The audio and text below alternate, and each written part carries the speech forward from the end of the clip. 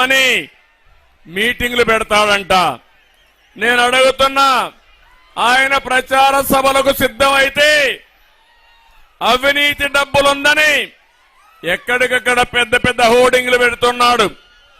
5 సంవత్సరాలు ప్రతిపక్షాలు ఎక్కడున్నా ఒక కటౌట్ పెట్టాలన్నా, ఒక హోర్డింగ్ పెట్టాలన్నా పూర్తిగా అడ్డం పడి ఇష్టానుసారంగా చేసిన ఈ జగన్ ఇప్పుడు ప్రచారానికి సిద్ధం అంటున్నారు.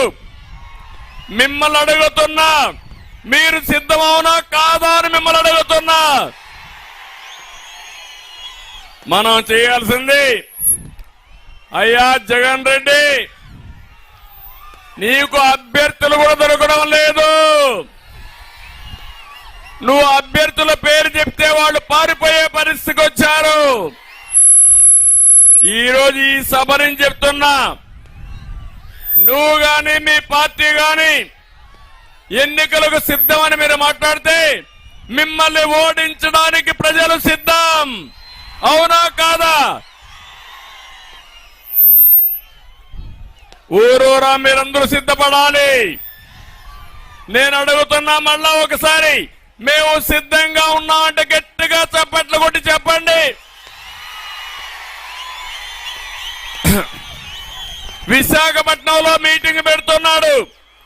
పీలేరు నుంచి మీ మాటలు నిలబడాలి. మేము సిద్ధమని గట్టిగా చప్పట్లు కొట్టండి మరొక్కసారి.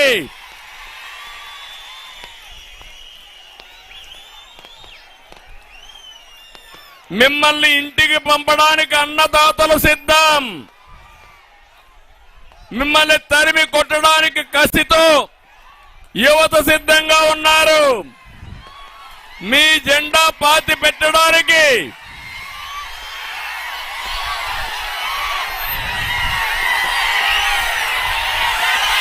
మీ తమ్ముళ్ళు యువత ఓపిక ఉండాలి. మీరంతా వచ్చేయండి. మీరు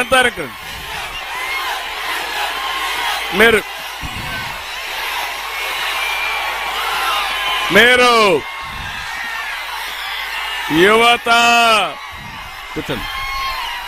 మీరంతా వచ్చేయండి. మీరంతా రండి. మీరంతా వచ్చేయండి. వాళ్ళేం గారు మీరంతా వచ్చేయండి. మీరంతా వచ్చేయండి. క్రమశిక్షణ ఉండాలి. కొంచెం వెనక్కి జరుపుకోవాలి. జెండాలు దించాలి. జెండాలు దించండి. తమ్ముళ్ళు జెండాలు దించాలి. జెండా దించాలి. వెనక వాళ్ళు కనపడాలి. మీరు జెండాలు దించాలి. జెండాలు తమ్ముడు జెండా దించు. జెండా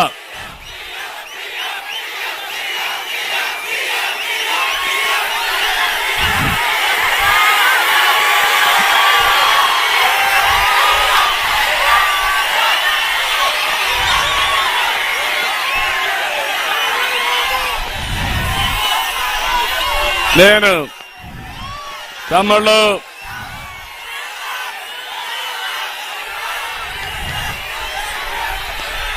పెద్ద మీటింగు, మా తమ్ముళ్ళు సహకరించాలి. మీరు సహకరించకపోతే మనం మాట్లాడలేము. అందుకే నేను మిమ్మల్ని అందరిని అడుగుతున్నా, క్రమశిక్షణ కలిగిన పార్టీ తెలుగుదేశం జనసేన. ఇది మన మీటింగు. ఈ కసి రేపు వైఎస్ఆర్ కాంగ్రెస్ పైన చూపించాలి, జగన్ పైన చూపించాలి. దానికి సిద్ధమా మీరు?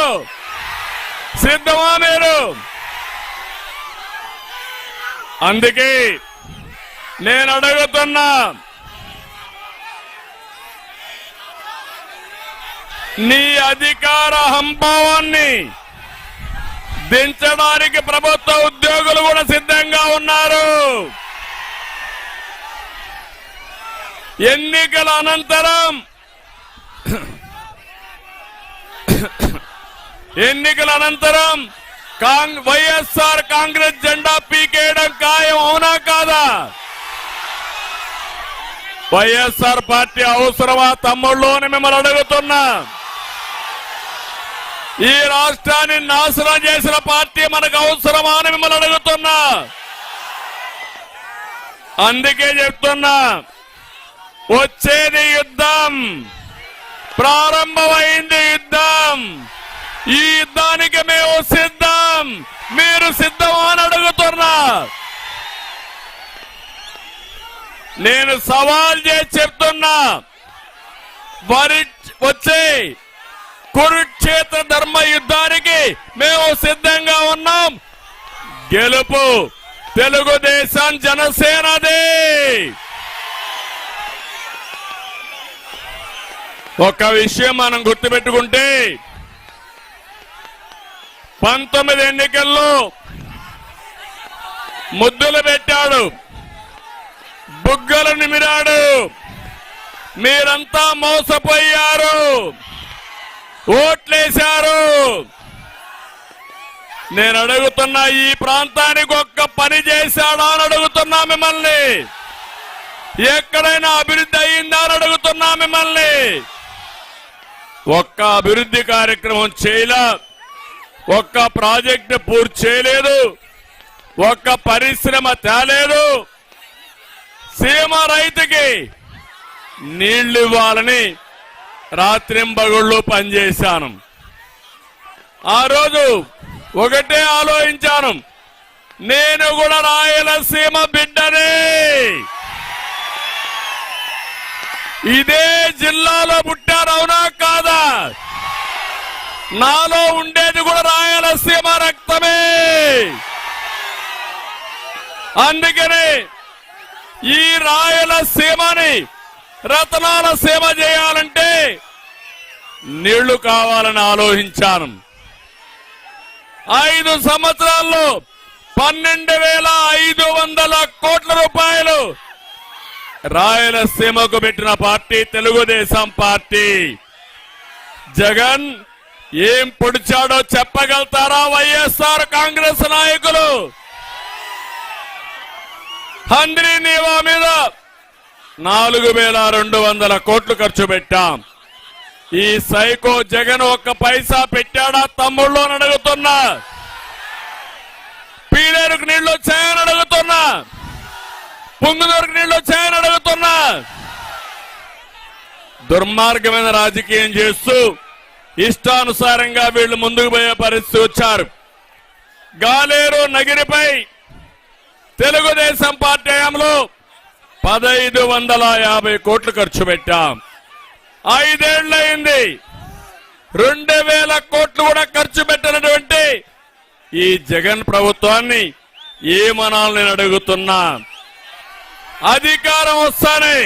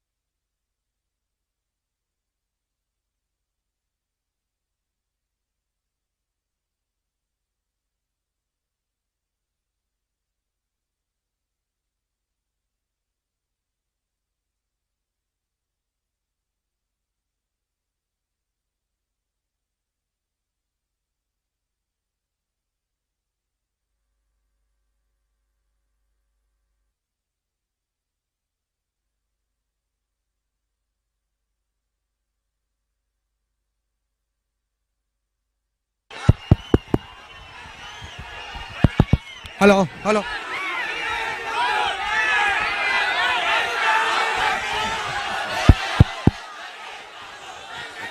ఇప్పుడు వినపడుస్తా ఉందా? వినపడస్తా ఉందా?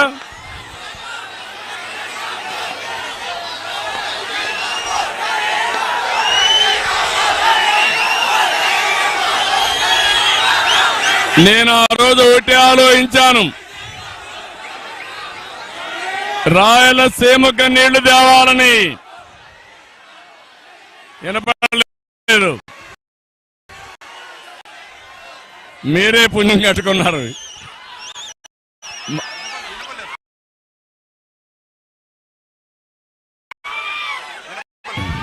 మళ్ళా ఎక్కువ మాట్లాడితే నా గొంతు పోతాది. ఇంకా చాలా మీటింగ్లు ఉన్నాయి.